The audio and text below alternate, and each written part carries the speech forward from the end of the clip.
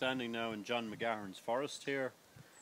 This is the sycamore plot with some alder mixed, and at the back there you can see some very old spruce and cypress which were planted anything up to 100 years ago. The lake is in the background. And how many acres is this woodland? In total there's 25, and it's about 8 acres of broadleaves. This is the sycamore plot. There's a maple and sycamore plot for colour. There's an ash plot and an oak and sycamore plot.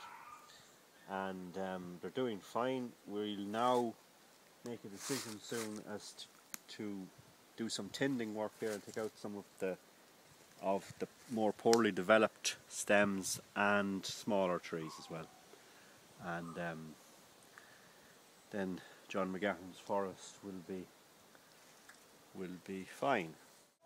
This tree here is forked, and that's a defect. So this tree will be removed in the first thinning.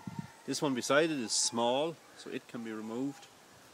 And we will favour 5 trees in a ring around these, 1, 2, 3, 4, 5, and one over there, which will be allowed growing on to the next stage of the thinning, which would be 5 to 10 years time. So what you're looking for is a tree that is straight, that doesn't have this forking that we can see here. Yeah, but also vigorous, showing that it will sustain the growth that it already has, grow straight, and we also need to space them out so that they're not all specifically in a cluster, but they're nicely spaced out through the plot.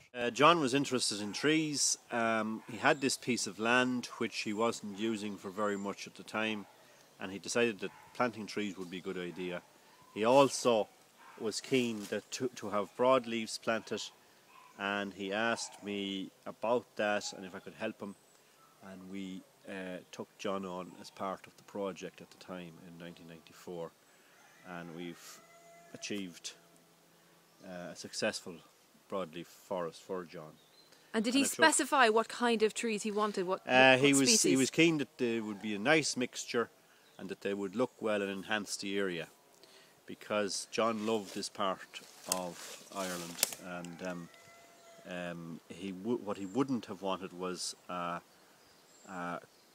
complete forest of spruce, for instance.